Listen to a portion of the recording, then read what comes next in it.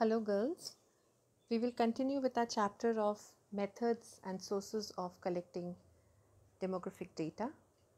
इस चैप्टर में हम लोगों ने मीनिंग किया है और हम लोगों ने शुरू किया था methods of collecting primary data. विधियों में हम लोग आए थे जिसमें हमने पहला विधि किया था जो है डायरेक्ट पर्सनल इन्वेस्टिगेशन, यानी प्रत्यक्ष साक्षरता से अनुसंधान करना।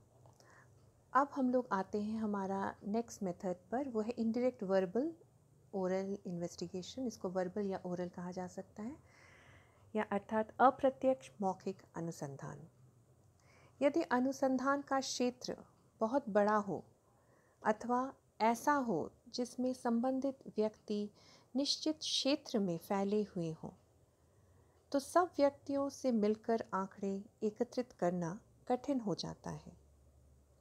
ऐसी स्थिति में किसी ऐसे व्यक्ति से सूचना प्राप्त की जा सकती है जिससे उस विषय की जानकारी रहती है।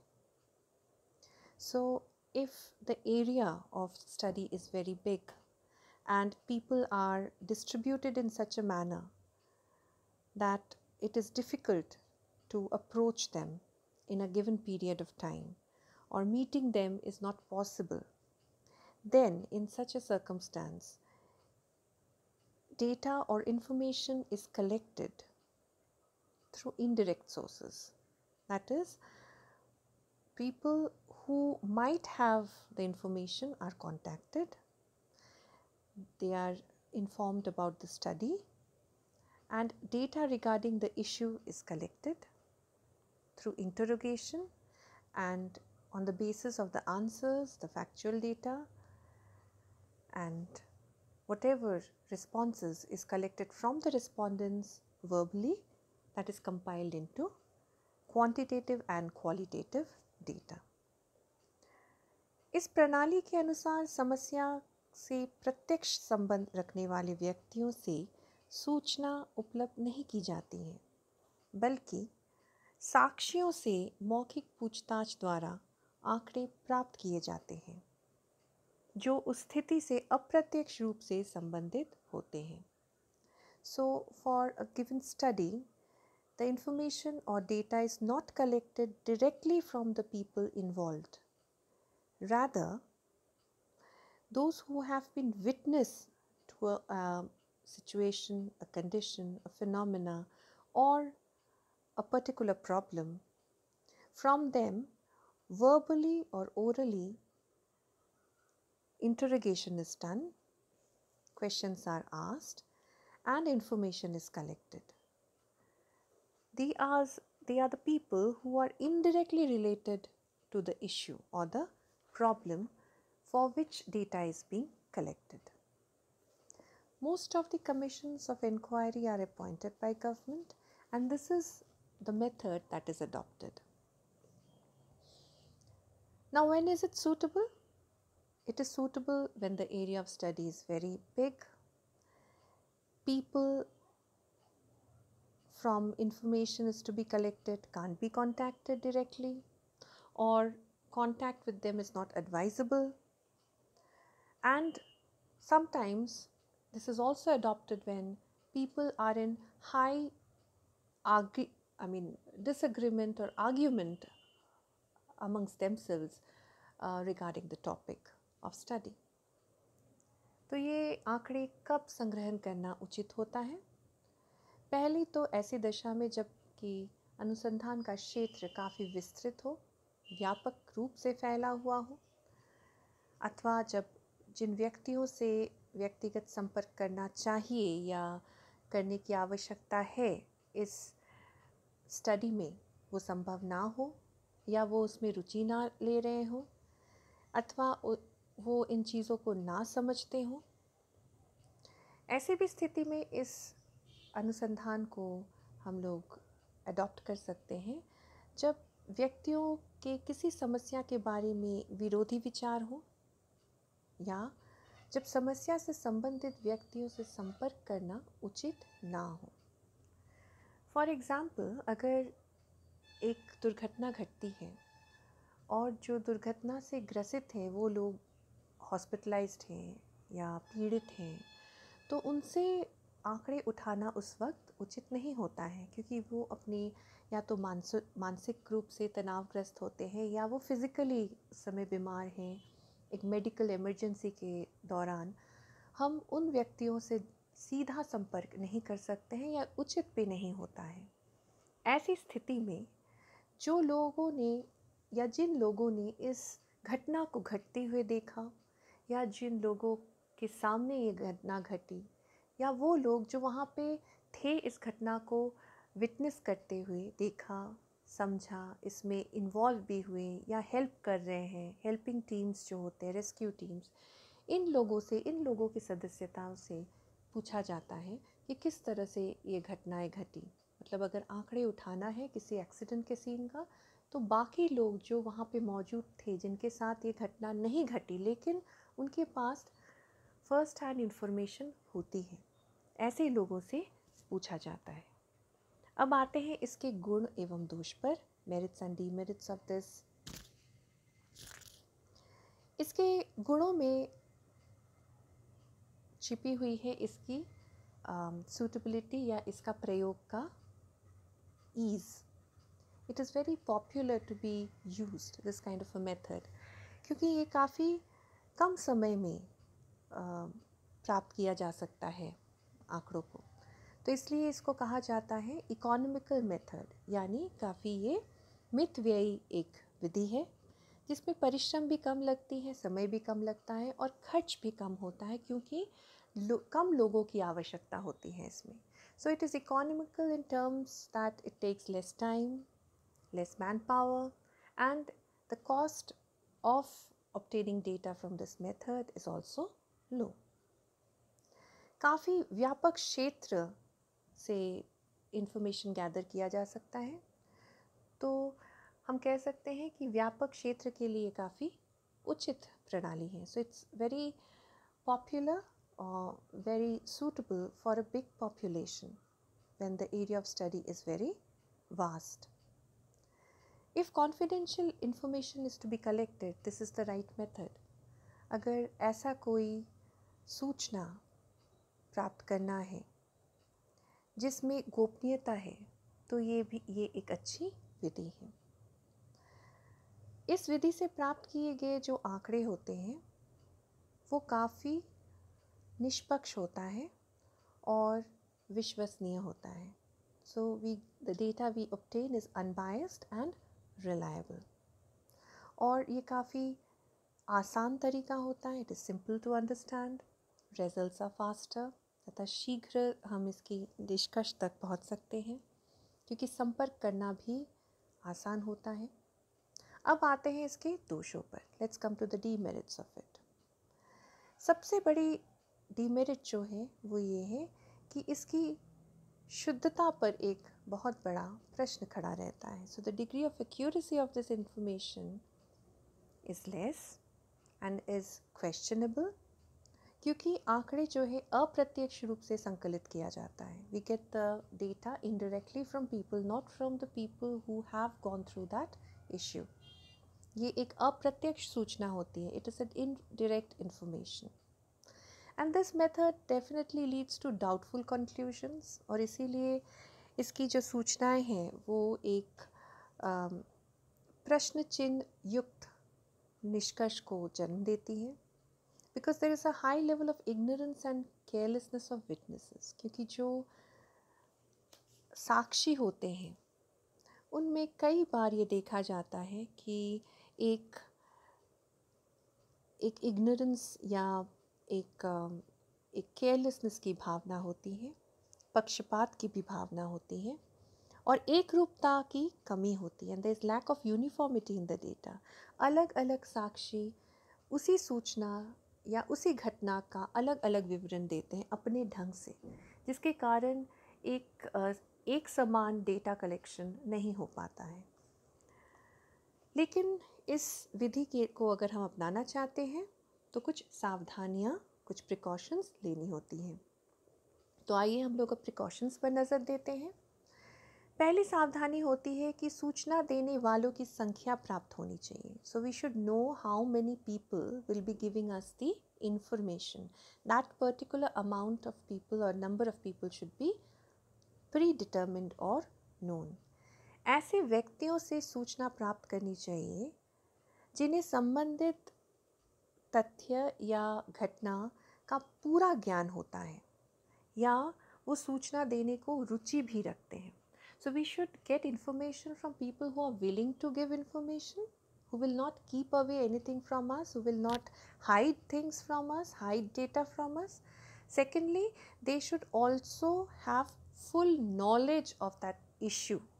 Whatever issue we are dealing with, whatever problem, whether it is an incident, it is a situation, a phenomena, something occurring, an economical issue, whatever it is, the respondents should have full knowledge about it.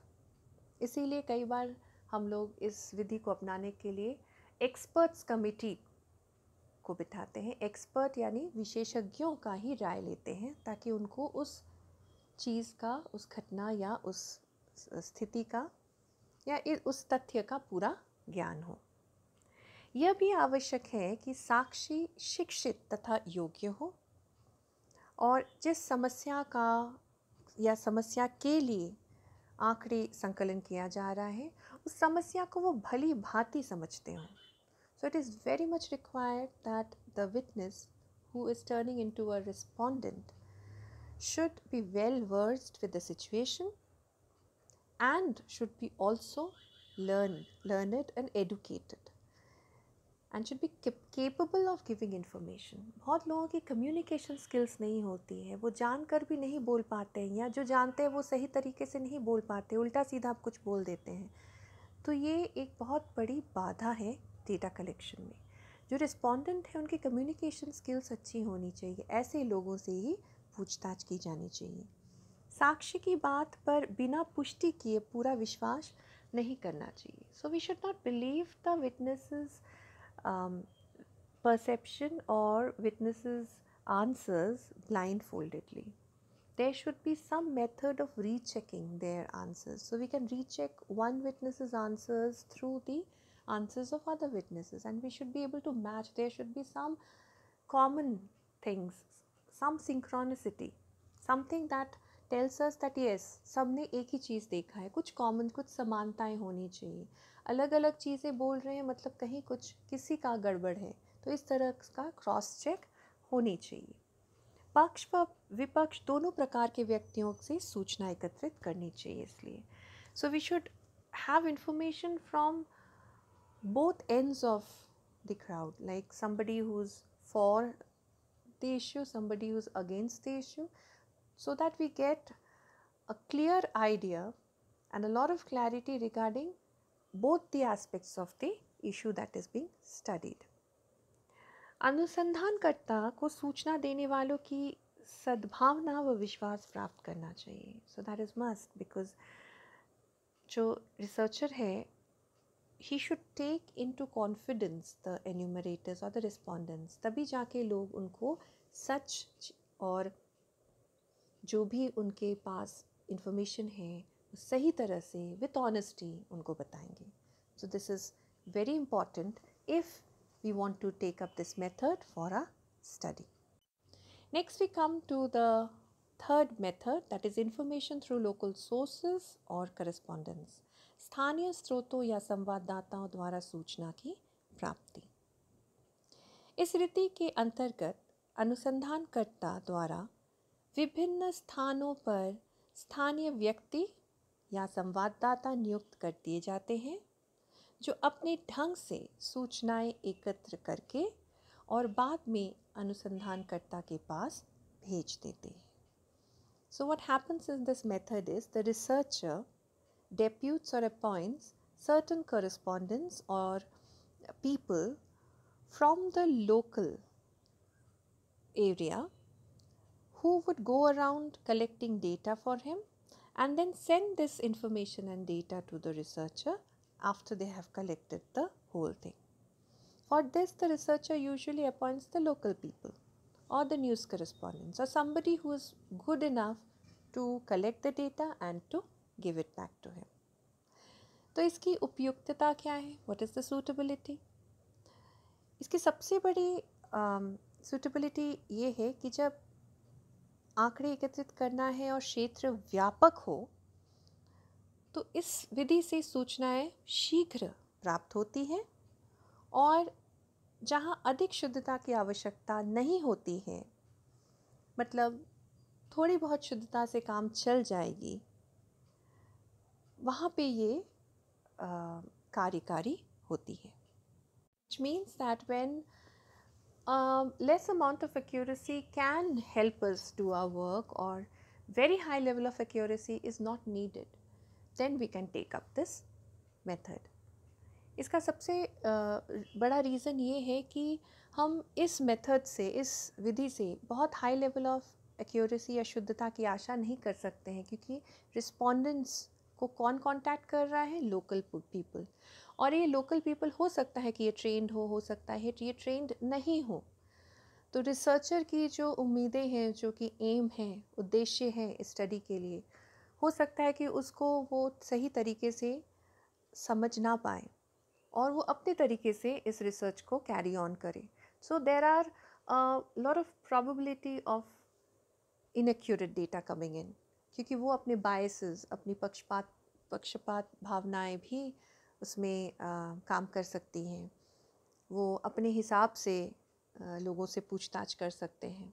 तो कई तरह के जो हैं विशुद्धता इसमें आती है. आइए इसके गुण और दोष को देखते हैं. Merits and demerits of this method. When the study is vast, through this method information can be gathered very easily and faster. जब अनुसंधान का क्षेत्र विस्तृत होता है तो इस विधि के द्वारा दूर दूर के स्थानों से लगातार सूचना प्राप्त की जा सकती है, और ये सूचनाएं काफ़ी शीघ्र गति से प्राप्त की जा सकती है.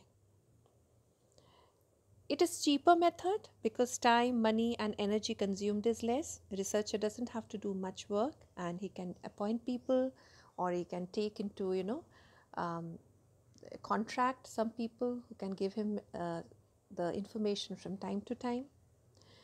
तो ये विधि जो है वो मितव्ययी विधि होती है, क्योंकि इस रीति में समय, धन और परिश्रम की बचत होती है और सूचनाएं जल्दी से जल्दी कम खर्च में प्राप्त होती है. So what ever information is available at a lower cost.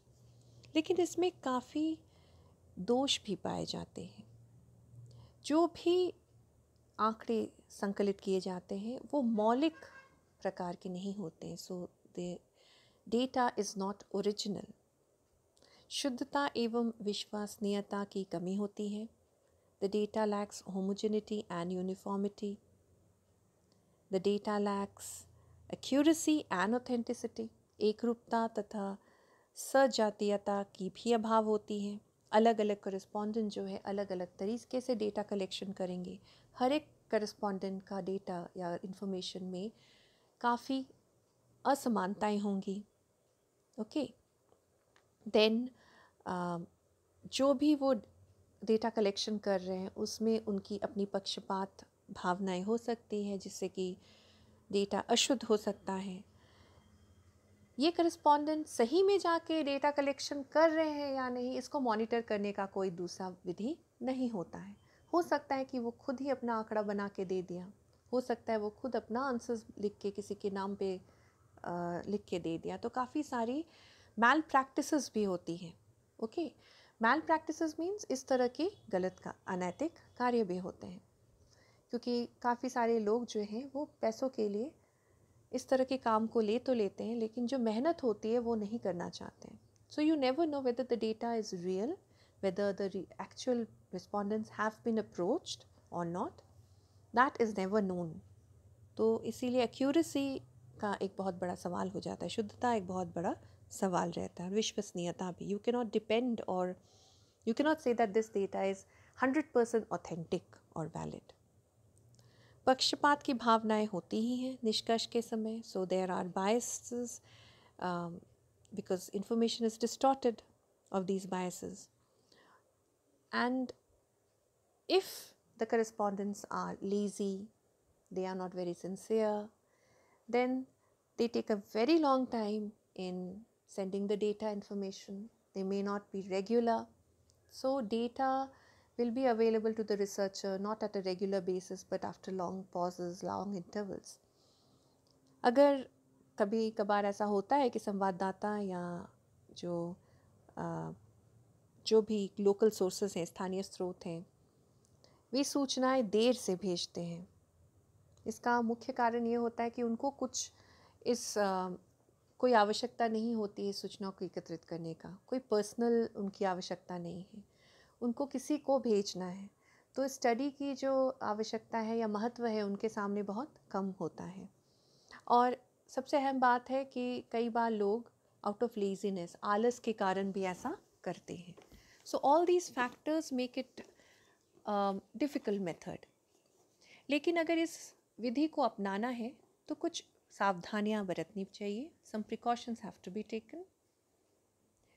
पहला तो संवाददाता को व्यक्तिगत धारणाओं और पक्षपात से दूर रहना चाहिए। So the local correspondents have to be trained, have to be told, and have to be you can say convinced that they have to keep away all their personal beliefs and biases away from data collection. उनमें ऐसी योग्यता होनी चाहिए कि वे समय को या समस्या को भली भांति समझे, समय को ध्यान रखते हुए उनके अनुसार सूचनाएं प्राप्त करके और सही समय पर ही भेजें। So the correspondent should give value to the time element of collection of data and sending of the data. And they should be able to understand the problem or the issue for which the data is being collected. So regarding all this, they should be well equipped and capable. तो अनुसंधानकर्ता को ये आवश्यक है कि वो ऐसे स्रोतों को, स्थानीय स्रोतों को नियुक्त करे या संवाददाताओं को नियुक्त करे जिनमें ऐसी योग्यताएं हैं। संवाददाताओं की संख्या अधिक होनी चाहिए जिससे सूचनाओं को मिलावट या अशुद्धियों की जांच की जा सकती है। So the number of correspondents should be such that there is a provision of check and rechecking of the inaccuracy of the data or rechecking of biases of the data. जितने लोग एक ही चीज़ को या तरह तरह से बोलेंगे तो उस समय पता चल जाता है कि एग्जैक्टली या कितनी बायस्ड इन्फॉर्मेशन आपके पास आ रही है, कितनी नहीं आ रही है। तो इस तरह से जो है बायसेस या एरर्स को रूल आउट करना आसान होता है। We now come to the fourth method of primary data collection. हम प्राथमिक आंकड़ों को संकलन विधि में से सबसे लास्ट विधि में आते हैं, वो है प्रश्नावली व अनुसूची के माध्यम से सूचना संग्रह करना, information through questionnaires and schedules. इस विधि में अनुसंधानकर्ता सबसे पहले अनुसंधान के उद्देश्य को ध्यान में रखते हुए एक प्रश्नावली तैयार करता है और फिर इस प्रश्नावली के आधार पर जिनसे आंकड़े संकलन करना है उनको कांटेक्ट करता है, यानी उनसे संपर्क करता है और आंकड़े एकत्रित करता है। So in this method what happens is the researcher prepares a questionnaire and then on the basis of this questionnaire data is collected, which means people are contacted, respondents are contacted and they are asked to fill up these questionnaires. So they are asked questions which is already predetermined and the structure is pre-made. So there is high uniformity in asking of questions. दो प्रकार के सूचना एकत्रित की जा सकती है, दो प्रकार की विधियां हैं इस विधि के अंतर्गत, या दो प्रकार के आप कह सकते हैं प्रणाली है इस विधि के अंतर्गत। So there are two systems which we can adopt in this method. पहला है डाक प्रश्नावली विधि, questionnaires through post, और दूसरा है गणक विधि या अनुसूची विधि. It is also known as enumerators method और schedule method. आइए एक एक विधि को देखते हैं. पहले है डाक प्रश्नावली विधि, questionnaires through post. इसकी शुरुआत इसको क्वेश्चन थ्रू पोस्ट इसलिए कहा गया है क्योंकि इसकी शुरुआत हुई थी जब पोस्टल सिस्टम था और उस समय प्रश्नावली बना के पोस्ट के द्वारा लोगों को भेजा जाता था। लेकिन आज भी ये विधि काफ़ी प्रचलित है, it's very much in use, very popular method rather, और इसे हम लोग कई तरह से रिस्पोंडेंट्स को भेजा करते हैं, जैसे ईमेल हो, कई बार अखबारों में भी आपको क्वेश्चनर्स मिलते हैं, या किसी कमोडिटी के पीछे या कमोडिटी के अंदर भी क्वेश्चनर्स रहते हैं, कमोडिटी के पैक के अंदर, और फिर उसको कहा जाता है कि आप इसको मेल कर दें, पोस्ट कर दें अनुसंधानकर्ता के पास। तो तरह तरह की विधियाँ और काफ़ी नव प्रवर्तन का युग है। It's age of innovation. लोग अलग अलग नए नए तरह ढूंढते हैं, नए नए तरीके से इन प्रश्नावली को पहुंचाते हैं लोगों तक। The thing is that through post, when questionnaires are sent through emails or post, it is sent to a vast population. और प्रश्नावली के साथ एक पत्र भी भेजा जाता है जिससे जांच के उद्देश्य स्पष्ट किए जाते हैं और सूचना देने वाले को यह विश्वास दिलाया जाता है कि उनके द्वारा दिए गए सूचनाएं गुप्त रखी जाएंगी। इस तरह से अनुसंधानकर्ता यह प्रयत्न करता है कि सूचना देने वालों का संपूर्ण सहयोग और विश्वास मिले और प्रश्नावली में दिए गए प्रश्नों के उत्तर शीघ्र मिले उनको और सही मिले। So, along with these questionnaires, a letter is accompanied, which gives the details of the study and assures the people that whatever answers they will give will be kept in confidence. The secrecy of their answers will be maintained. Their names will never be taken away to the public. And in this way, a bond is tried to be created between the researcher and the respondent so that the researcher is able to obtain honest, correct information from the respondents and in an easy method such that the information reaches him faster. Now let's come to the suitability of this method. ये विधि कब प्रयोग में आ सकती है? ये विधि उस समय प्रयोग की जा सकती है जब एरिया ऑफ स्टडी जो है वो विस्तृत है, it's a vast area of study, और जहाँ सूचना देने वाले शिक्षित हों, क्योंकि लोग अगर पढ़ लिख नहीं सकते हैं तो क्वेश्चन है इसको भी आंसर नहीं कर पाएंगे। So literacy is a very important element in this method. के गुणों पर, इस विधि के गुणों पर, it helps to obtain original data. जो भी आंकड़े संकलन होते हैं वो मौलिकता, उनमें मौलिकता होती है। And obviously from a vast population in a limited period of time इस इन आंकड़ों का संकलन किया जा सकता है। सो जब क्षेत्र विस्तृत हो, कम खर्च में मौलिक आंकड़ों का संकलन और शीघ्रता से की जा सकती है और सूचनाएं स्वयं सूचक द्वारा दी जाती हैं तो इनकी शुद्धता की भी संभावनाएं होती हैं। Since information is given directly by the respondents himself or herself, so there is probability of high accuracy in the data. Apart from this, it is low cost and very reasonable. इसमें मितव्ययिता भी है क्योंकि इस रीति में समय और मैन पावर का कम खर्च है। विशाल क्षेत्र की सूचनाएं हमें उपलब्ध हो जाती हैं और बड़े कम खर्च में, क्योंकि पोस्टल या ईमेल से अगर हम क्वेश्चनर्स का वितरण करते हैं और वापस पाते हैं तो इसमें खर्च काफ़ी कम होता है। आइए अब इसके डीमेरिट्स पर ध्यान देते हैं, दोषों पर ध्यान देते हैं। कई बार देखा जाता है कि प्रश्नावली या अनुसूची वापस नहीं आती है, यानी लोग इसके महत्व को नहीं समझ पाते हैं। They are ignorant about the importance of data collection और इसलिए वो वापस ही नहीं करते हैं, आंसर ही नहीं करते हैं। दे इग्नोर आंसरिंग द क्वेश्चनर्स और स्केड्यूल्स। कई बार वापस तो आता है लेकिन आधा अधूरा, तो इन्फॉर्मेशन भी आधा अधूरा ही आता है। सूचनाएं जो है वो कई बार अपूर्ण होती हैं, अपर्याप्त सूचनाएं मिलती हैं, और संभवतः सूचना देने वालों की लापरवाही या प्रश्न ना समझने के कारण ऐसा होता है। इसकी क्षेत्र भी सीमित हो जाती हैं। Even if the population is large, it has a limitation. क्योंकि इसकी एक कंडीशन अप्लाई हो जाती है कि लोगों को पढ़ना लिखना आना चाहिए। People have to be literate.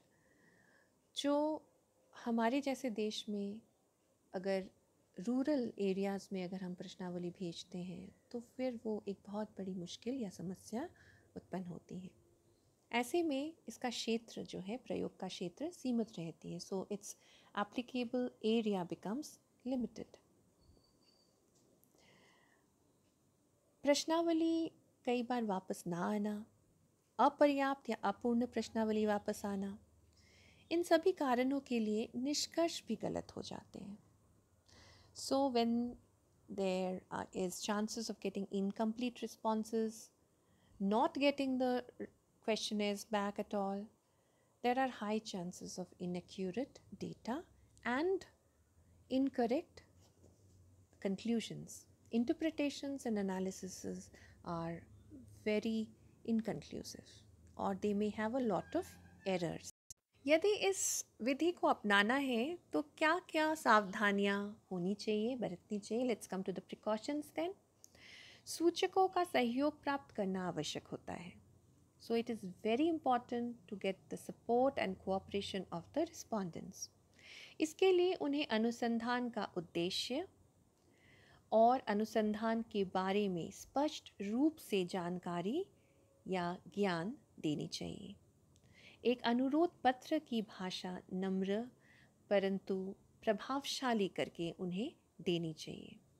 So before sending the questionnaires or even while sending the questionnaires, a detailed covering letter should go to these people, the respondents, which should tell them everything about the study and especially the information regarding the importance of study. The significance of study should be very clearly stated in simple language and words.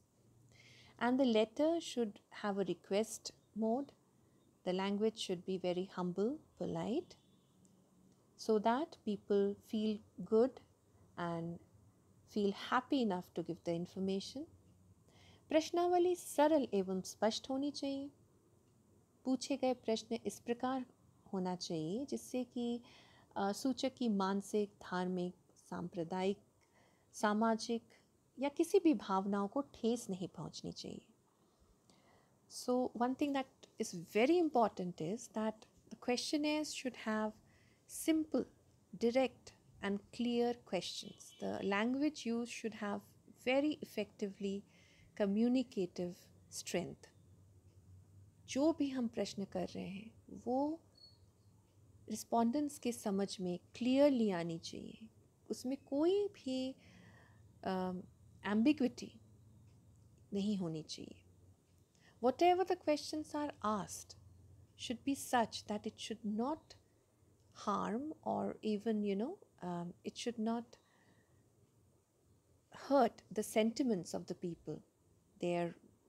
Either their psychological or their religious, social, or their emotional sentiments should not be harmed or hurt. So, great care and precision should be taken while forming the questionnaire. Each and every question should be framed in such a manner that it should be very clear, yet it should not hurt the sentiments of the respondents in any manner.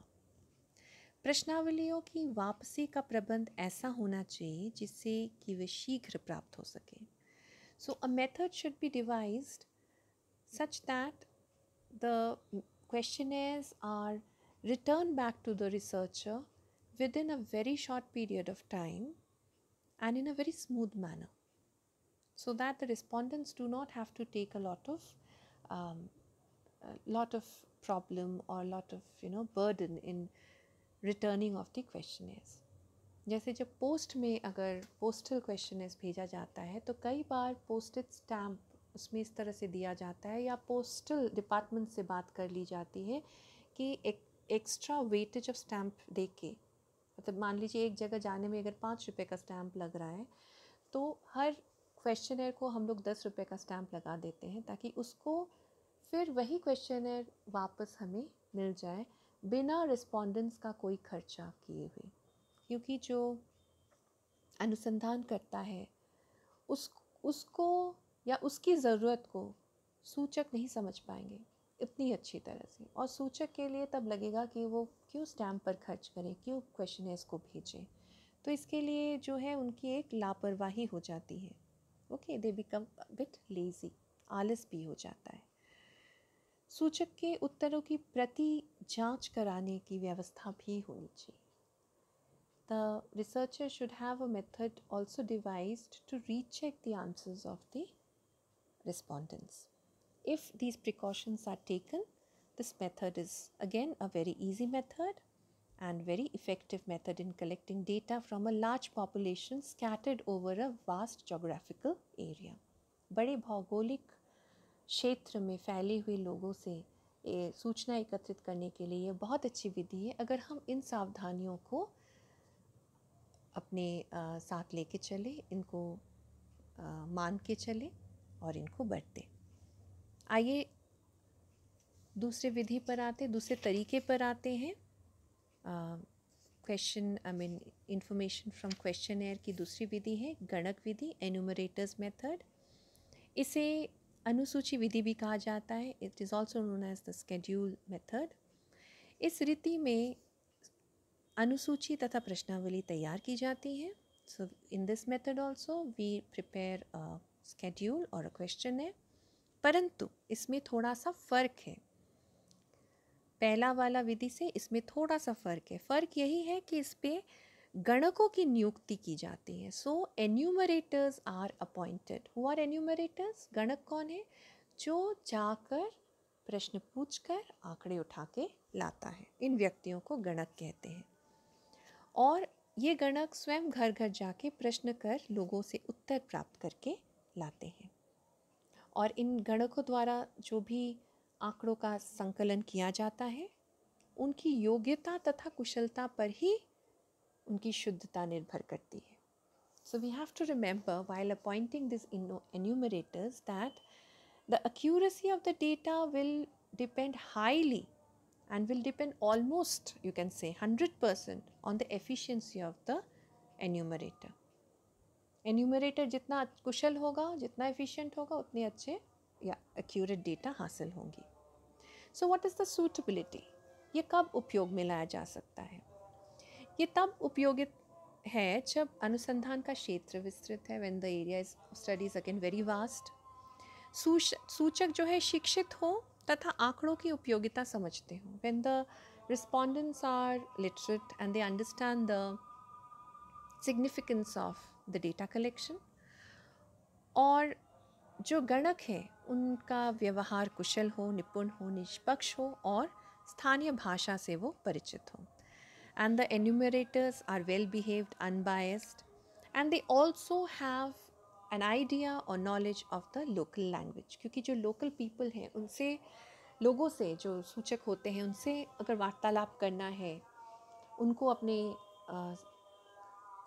उनसे cooperation प्राप्त करना है, उनकी सहायता से ये सूचना एकत्रित करनी है, तो उनकी भाषा में बोलचाल करना बहुत आवश्यक होता है। कई जगहों पे आप देखेंगे कि लोग दूसरी भाषा को नहीं समझ पाते हैं।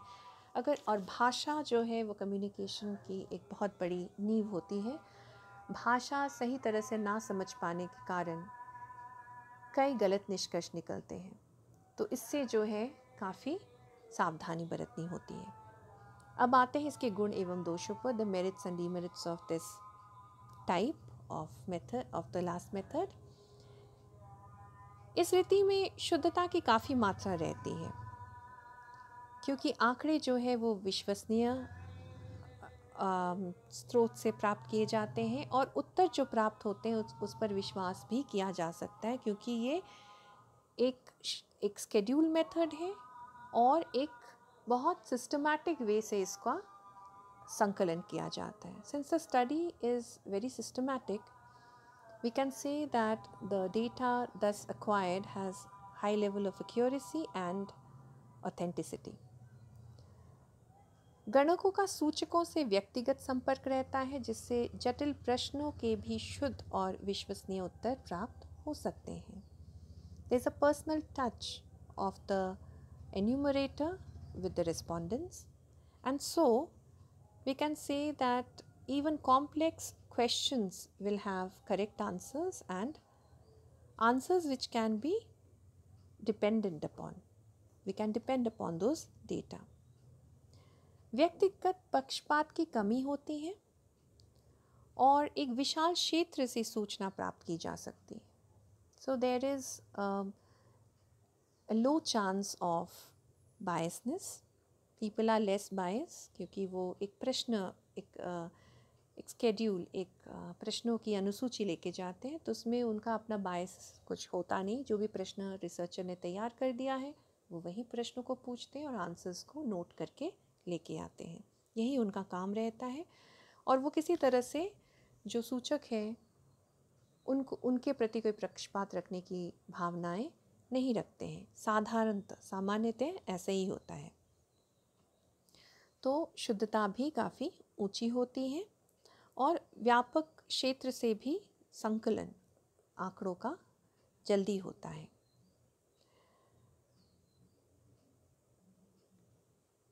प्रश्नावली में आवश्यक संशोधन भी किया जा सकता है. So whenever required the questioners can be the questioners are really flexible so that the questions can be changed according to the need and necessity of that moment. कई बार होता है कि लोगों को कोई एक प्रश्न के उत्तर देने में हिचक हो रही है या नहीं समझ में आ रहा है या उनको तकलीफ़ हो रही है वो बात स्पष्ट रूप से कहने के लिए, तो जो गणक होते हैं उस वक्त उस प्रश्न को बदल सकते हैं. कई बार प्रश्नों की भाषा को बदलने पर या प्रश्नों को थोड़ा सा इधर उधर कर देने पर लोगों को उसके आंसर्स देने में आसानी होती है. और एक बहुत बड़ी इसमें फ़ायदा ये है, गुण ये है कि अगर हम ये मान के भी चलते हैं कि सिर्फ़ और सिर्फ शिक्षित व्यक्ति ही प्रश्नावली के उत्तर दे सकते हैं, तो गणक द्वारा प्रश्नावली की जो ये विधि है, इसमें क्योंकि गणक वहाँ उपस्थित होते हैं तो वो खुद अशिक्षित लोगों से भी आंकड़े उठा सकते हैं.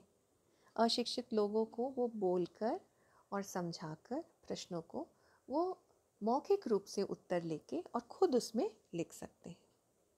लेकिन यही गुण जो है उनकी एक बड़ी दोष में भी परिवर्तित हो जाती है. This very merit also conversely becomes it's demerit, क्योंकि प्रश्न जो है उन्होंने मौखिक रूप से बताया, उत्तर जो है वो उन्होंने खुद से लिखा, तो यहाँ पे उनकी पक्षपाती भावनाएं अगर कहीं भी होती हैं तो यहाँ पे वो काम कर जाती हैं. So sometimes it becomes very बायस.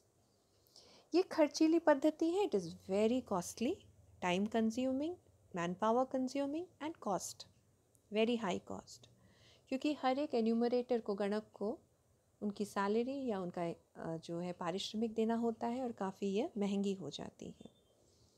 इसके साथ साथ जो अनुसंधान करता है उसको निरंतर निरीक्षण कार्य करना पड़ता है. So the researcher has to have constant monitoring over these enumerators. एक तो उनको भेजने से पहले ट्रेन कीजिए, भेजने के बाद भी आपको उनको कांस्टेंट निरीक्षण में रखिए ताकि आंकड़े संकलन करने में जो है वो कहीं भी कोई गलती ना हो जाए. और इस कारण से अधिक समय लगता है. This is why there is a lot of time that is necessary for data collection, and it because of this time and so many enumerators it becomes costly also. और अगर यदि कहीं भी किसी भी एक कारणवश एन्यूमरेटर्स बहुत ज़्यादा पक्षपाती हैं तो फिर आंसर्स अगर वो लिख रहे हैं तो उस आंसर्स में भी, उस डेटा और इन्फॉर्मेशन में भी पक्षपात रह जाता है, निष्कर्ष पे उनसे गलत निकल जाता है. So these are the demerits. But of course like every other method, this method has also some precautions, कुछ सावधानियाँ हैं जो हम अपना सकते हैं जब इस विधि को प्रयोग में लाना है। अनुसूचियों के प्रश्न सरल, कम एवं स्पष्ट होने चाहिए। So the schedule should have very less minimum questions, and the questions should be direct, language should be easy to be understood and very clear, no vagueness or ambiguity in the questions. गणकों का चयन उनकी योग्यता के अनुसार करनी चाहिए और उनको पूरी प्रशिक्षण के बाद ही आंकड़ा संकलन के लिए भेजनी चाहिए। तो whatever the enumerators or whoever they are, they should be picked up and chosen only if they have the capacity and capability of this work. Just anybody cannot do it. They should have the specific skills of data collection. And apart from this, even if they have the specific skills, they should be well trained before they are sent for data collections. और समय समय पर उनके कार्यों की जांच भी करती रहनी चाहिए. So if we want to reduce the inaccuracy और डिस्टॉर्शंस और deviations in data, then the researcher has to constantly monitor their work from time to time and give them a lot of inputs, give them guidance for correct data collection. तो ये हुआ हमारे चारों विधियाँ, primary data collection के विधियाँ. The methods of primary data collection comes to an end. प्राथमिक समंकों को संकलित करने की ये चारों विधियाँ मैं समझती हूँ आपको समझ में आया है और इनके बारे में आप नोट्स भी लिख रही हैं. फिर से कहती हूँ, जहाँ पे नहीं समझ में आ रहा है please post your doubts. I will be solving them, I will be giving back my answers for them. And then next week on Monday we will move on with our secondary data collection methods. तो हम द्वितीय आंकड़ों का संकलन विधियों पर जाएंगे.